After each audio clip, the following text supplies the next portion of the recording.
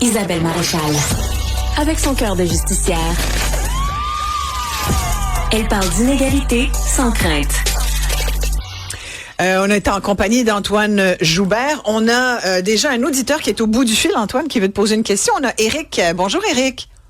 Salut Isabelle, bien content d'écouter ton émission. Puis Merci. Antoine, moi j'ai une question pour toi parce que je me demande, suite à l'achat de mon véhicule neuf, est-ce que c'est pertinent de faire mon changement d'huile puis tous les traitements directement chez le concessionnaire pour qu'il puisse avoir un suivi de mon véhicule neuf? Ça dérange pas vraiment que je vienne dans un garage de coin de rue pour faire mes changements d'huile? Parce que vous vous posez la question par rapport à ce qu'on a su cette semaine. Tu as vu ça, Antoine, des changements d'huile qui pourraient peut-être augmenter de 30-40 %?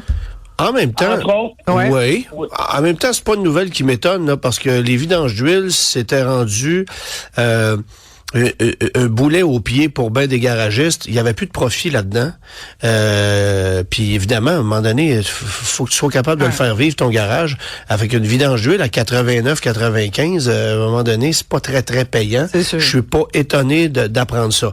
Après ça, vous n'avez aucune. Mais ça fait longtemps que c'est plus 89 piastres, là. C'est il y a comme des 129 à 179. mais tu sais, il y a des endroits où c'est pas cher. Tu sais, même mon concessionnaire Chevrolet, moi, pour une voiture un peu plus spécifique que j'ai, utilise la Mobile One, donc une huile qui coûte déjà très très cher pour ce moteur-là. Puis j'ai été étonné, là, c'était en bas de 200 piastres la vidange d'huile pour un moteur qui en prend beaucoup. Mais ça, c'est une bonne affaire. Puis ça répond un peu. La question d'Éric, c'est où est-ce que je vais? Vous n'avez Parce pas d'obligation d'aller chez le concessionnaire. Vous avez toutefois l'obligation d'être capable de prouver avec des factures à l'appui qu'un entretien a été fait selon les exigences du constructeur pour que la garantie puisse s'appliquer si vous avez un problème. En même temps, si vous avez loué votre véhicule, je ne sais pas si vous l'avez loué ou acheté. Non, mais moi je l'ai acheté. Bon. Je l'ai acheté, puis c'est surtout, tu parlais du Carfax, puis tous les suivis qui sont faits pour le véhicule, c'est plus dans ce sens-là en plus que je demandais. Là, il y a bien des garages. Demandez à votre garagiste indépendant s'il est abonné à ça. Parce qu'il y a beaucoup de garages qui n'ont pas l'abonnement et donc les entretiens ne paraîtraient pas au Carfax. Alors si le garage est abonné, souvent les garages banniérés vont l'être, mais les petits garages indépendants ne le sont peut-être pas toujours. Alors ça, c'est une question, mais le plus important, vous gardez vos factures et vos preuves d'entretien, que ce soit de façon numérique ou imprimée. Moi, je pense que d'avoir un dossier d'entretien imprimé qu'on conserve à la maison, qui suit l'historique du véhicule, c'est pas quelque chose qui est bien compliqué à faire, et puis c'est à votre avantage à vous. Et lorsque viendra le temps de vendre votre véhicule, vous aurez la preuve que, vous aurez la preuve que le véhicule va avoir été adéquatement entretenu. Alors voilà. ça c'est le truc. Mais vous n'avez pas l'obligation d'aller chez le concessionnaire dès le jour 1. Tu sais, tu parles de la marque d'huile. Merci, Éric. J'espère que ça répond bien à votre question. Tu sais, tu dis ils mettent de l'huile premium et tout, mais qui dit qu'ils mettent pas de l'huile scrap finalement de chipette? Ah ben là, ça. Ben là, tu es en train de nous dire que à peu près tout le monde recule l'odomètre pour faire de l'argent. Tant qu'à ça, ils vont économiser sur l'huile qu'ils mettent dans nos changements d'huile aussi. Tu sais, Isabelle, tu peux... Tu sais, combien de garagistes te disent qu'ils te vendent des plaquettes de freins de qualité supérieure puis ils commandent le plus cheap? Ça aussi, ça existe.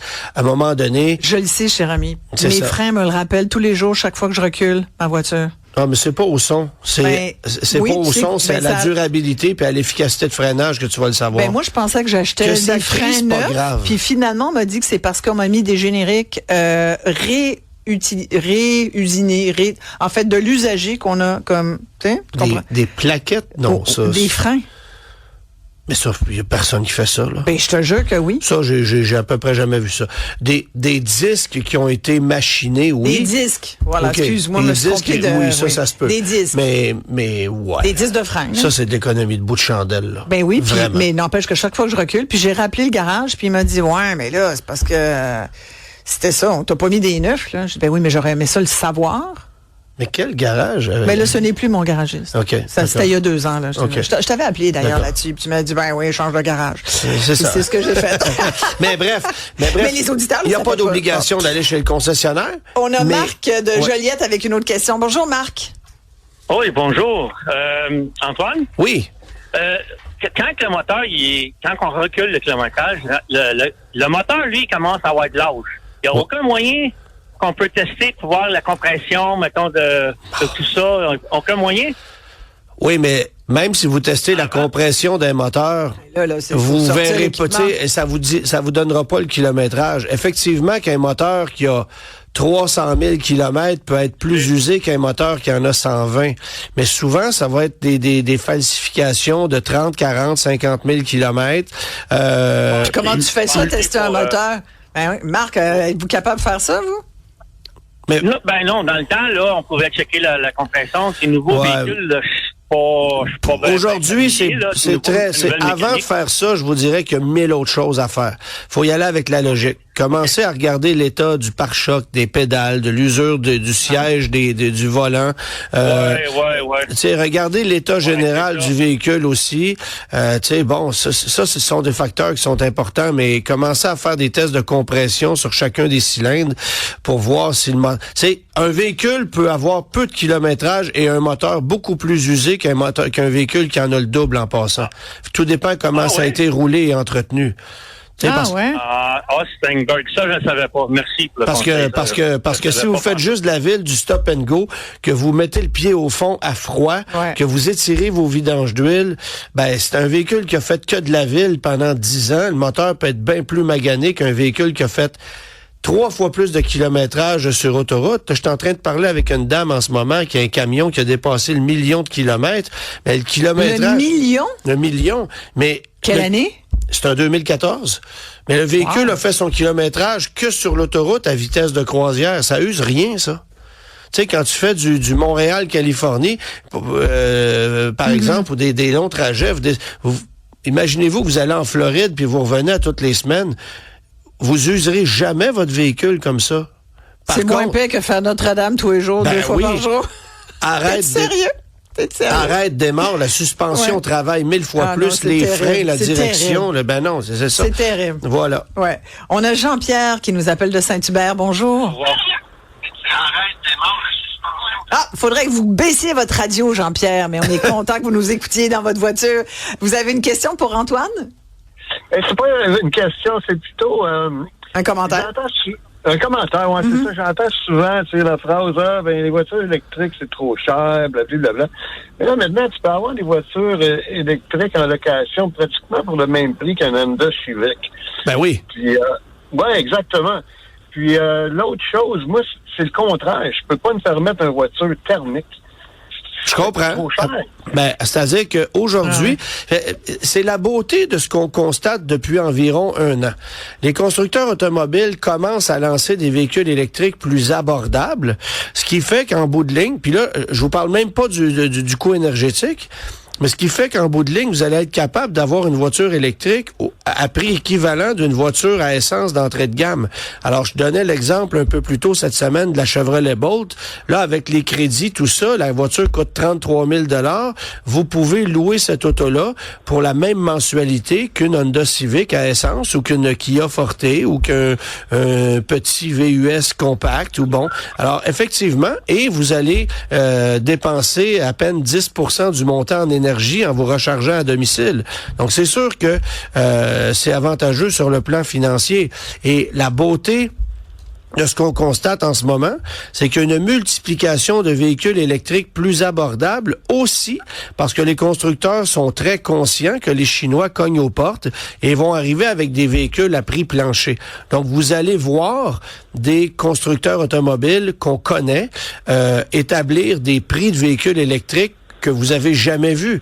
La Chevrolet Bolt, c'est un exemple, mais la Tesla Model 3, la Kia EV3 qui s'en vient dans les prochains mois, ce sont des véhicules qui vont être très abordables et qui vont avoir tout leur sens pour beaucoup de consommateurs chez nous au Québec. Ouais, je pense que oui. En même temps, faut comprendre un truc.